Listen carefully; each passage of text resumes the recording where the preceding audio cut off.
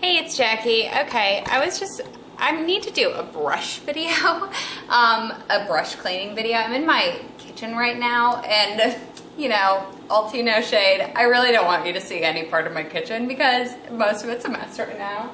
But if I don't put my face in these videos, YouTube gives me like copyright issues. So I'm gonna go ahead and show you guys how I clean my brushes. I should probably get my brush cleaner. That would be a helpful part of this, you know, to like have the soap. And apologies already for the drastically awful lighting that's in this kitchen. Okay, so I'm gonna set you guys up in my sink and I'm gonna show you guys how to clean brushes. This is what my brushes look like right now because I let my kids do my makeup. So my brushes are like the worst they've ever been. I try to clean my brushes like once a month, okay? It's really, you should really clean them monthly because it's important to have clean brushes. They're gonna perform better. You know, you don't want, I mean, there's, you know, like foundation brushes I use every day for my foundation and they get like yucky and gross. So I wanna show you guys how to clean. Okay, so I'm in my kitchen sink right now and all right guys, this is what I use to clean my brushes. It's actually the same thing that I use to wash my puppy dogs with. It's dog shampoo. This is Tropiclean. This is like their white coat one. It smells really good. But why I like these is they're really, like, they do a great job of cleaning out and then it leaves your brush so super soft. So I feel like it cleans and conditions it. Okay, so I'm gonna go ahead, I'm gonna start out with this brush because it is terribly dirty, as you can see. Go ahead and all you wanna do first is just go ahead and rinse out your brush, okay? And what I like to do is take a little bit of shampoo in my hand and I'll go ahead and just pick up all the shampoo with the brush and just start making little circles in my hand. Now, as you guys can see, I'm already starting to get makeup coming out of this. It will, you know, kind of, I don't know, this doesn't get a lot of lather on it, and especially when they're not filthy like this. But I'm gonna go ahead and, you know, usually I would only have to do this maybe, you know, once or twice on a brush that was not this filthy. But, you know, these ones are pretty bad, so I am going to really make sure that I get these, you know, nice and clean because this is the brush that I use to contour with normally. And it's covered with foundation. All right, so you just want to do this enough times where you're not, you know, when you start doing this, you want to see your hand be clean, essentially. Now, I'm still seeing, you know, skin-colored bubbles here because, gosh, I don't know how long I'll be seeing that for. This stuff is really, really caked in here.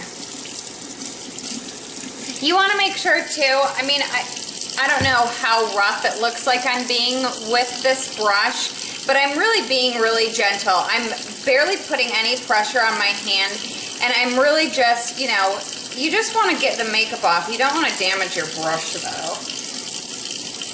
So, I can already tell, you know, this brush is getting, I can feel the makeup releasing from it finally. The soap on my hand is starting to run a lot more clear. If you don't wash your brushes, they're going to start to make you break out. Okay, so after I've gone ahead and cleaned it, what I'm going to do is just gently squeeze out any of the excess water. All right, and I'm just going to let this dry on a towel overnight. And I try to do this, you know, earlier in the day than I do it now because it does take a few hours for this to dry. Okay, I'm going to show you next. That's basically any sort of brush. That's how you do it. Now I'm going to show you how to clean off your beauty blenders. All right, these are awesome. This isn't the actual beauty blender. This is the Real Techniques dupe of it that I have. It works just the same, and the cleaning is essentially the same. So they do sell like specific beauty blender cleaning bar soaps.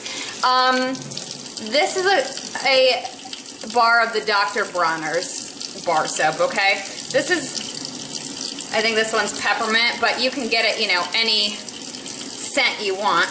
And basically all you're gonna do is, you know, you wanna make sure that this is really nice and wet the whole time. I continue to run it underwater like the whole time that I'm cleaning it off, but you can already see, I mean, look at the difference from where I've cleaned to where I haven't. Holy moles, like this is a mess. So I'm just gonna go ahead and keep your sponge really nice and damp, and just keep rubbing it over your bar. I find that the bar soap works best with these. You know, a solid soap as opposed to a liquid soap, you're just getting the right amount, you know, you're getting the friction of, you know, rubbing the blender on the soap as well, so it does really clean it out super well for you. The Dr. Bronner soap is all natural, it rinses clean, so you're not going to have any residue, and you know, a bar is like $5 and it'll last you, you know, forever. These are some of the hardest, you know, soaps in terms of texture. They're like nice and solid soap, so, you know, it'll last you a while. So just go ahead and you just want to keep doing this again until, you know, until your water runs clear. Remember to just keep a lot of water on it.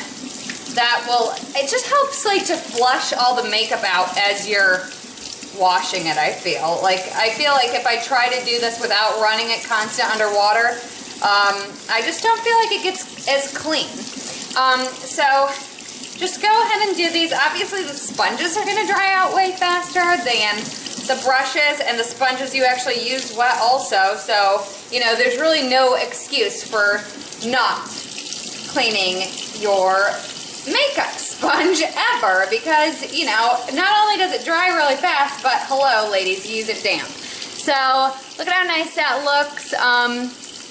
Now that it's all nice and clean, good as new. All right,